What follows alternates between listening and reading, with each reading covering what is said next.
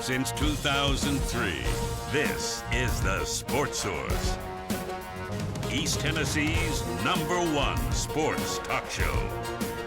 Presented by Pipe Wrench, and by Junk Be Gone, and by the Garza Law Firm. With your host, John Pennington. The Sports Source starts now. Good Sunday morning and welcome into the Junk Be Gone studios for the Sports Source. We appreciate you joining us on this Mother's Day. Happy Mother's Day to all of you out there watching, including my own mother. We appreciate you being with us today on this holiday. It is that time of year. Lists, and rankings, and betting lines, early betting lines are out. We'll talk about all those kinds of things. Where Tennessee's foes are ranked for the upcoming season. Betting lines, how we would put our money if we had to bet today, that kind of stuff. Also talk a little bit about whether Tennessee basketball is right to kind of sit right now. 3 scholarships open and just wait on one player, or should they grab somebody? We'll also compare this baseball team to the previous 3. And we'll talk about Tennessee non-conference scheduling. We do it every year, but we're going to do it a little bit differently this week, and we'll show it to you later in today's show, including how I would schedule. And then we'll let these guys tear that to shreds. First segment of today's show brought to you by our friends at Junk Be Gone. All this month, when you get a 15-yard driveway dumpster, you'll get 1 extra day completely free. And it is a great deal to begin with before you get the day free. Call Junk Be Gone this month to get your spring cleaning underway. Also, they want to ask you for your help with the Epilepsy Foundation of East Tennessee, a great organization and a great cause. Next Sunday at 2 o'clock at Smokies Park, Strikeout Epilepsy Day.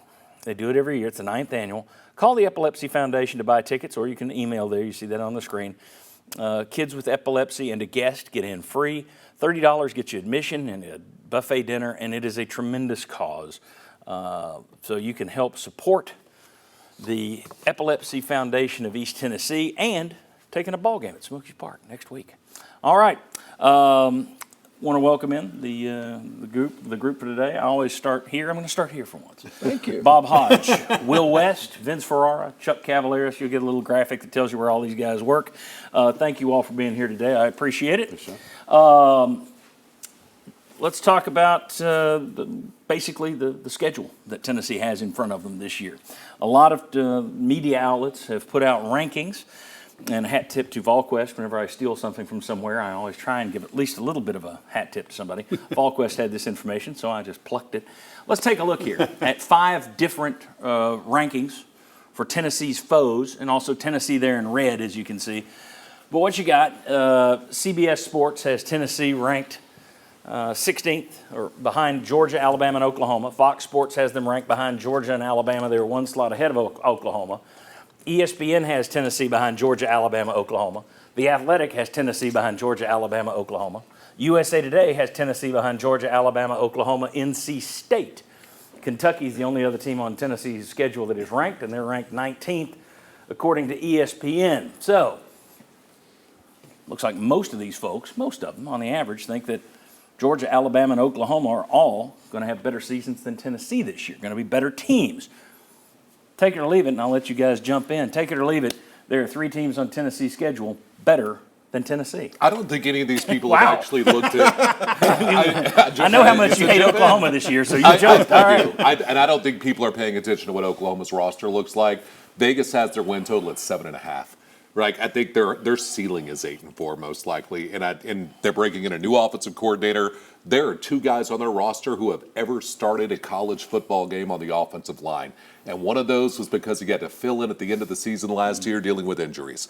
I don't think Oklahoma's a very good team. I don't think they win 8 games in the SEC this year, and I definitely don't think their roster's better than Tennessee's. Okay, so you don't think there are 3 teams on the schedule? You don't think anybody else is Not up on in their, that level? not on their schedule. Yeah, so there aren't 3 teams on their schedule better than Tennessee according to Will. Yeah, and I think you kind of phrased it like clearly. Clearly, yeah. And I would not put Oklahoma in that category. Now, I think maybe if Vegas has them at 7.5, I think the ceiling might be a little bit higher than that. But still, that doesn't mean clearly. That just might mean right behind Tennessee when it's all said and done. Jackson Arnold, their quarterback, who's a first-year guy. His first ever start was in the bowl game, just like for Nico. Yep. Highly rated guy. So there's upside there. I think that's where that's offsetting some of their new players. So, but to me, it's only Georgia and Alabama that you could say clearly. And even Alabama, you got to wonder how much that brings them back. And Oklahoma had to drop back some with the way Lincoln Riley left, right?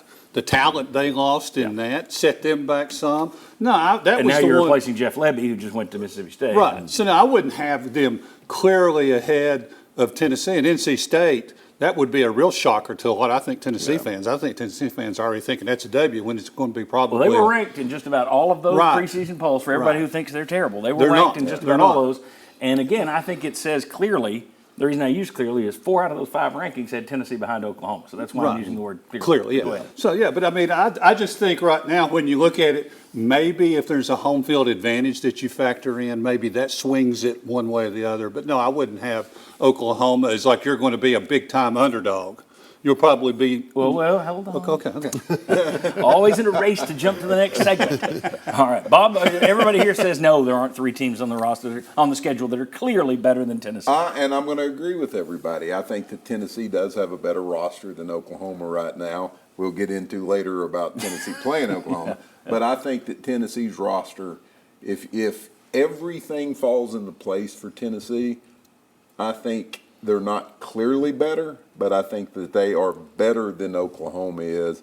And I like the coaching staff at Tennessee better than I like the coaching staff at Oklahoma. So I'm going to go with the consensus that no, there are 2.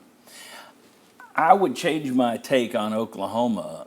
Well, let's put it this way. I would be even more certain that Tennessee would be ranked ahead of Oklahoma if that game were played in Knoxville. Right. The only thing I don't like about that is it's played in Oklahoma. And it's not, if it were the second SEC game they had or their third SEC game, it is their first game in the SEC.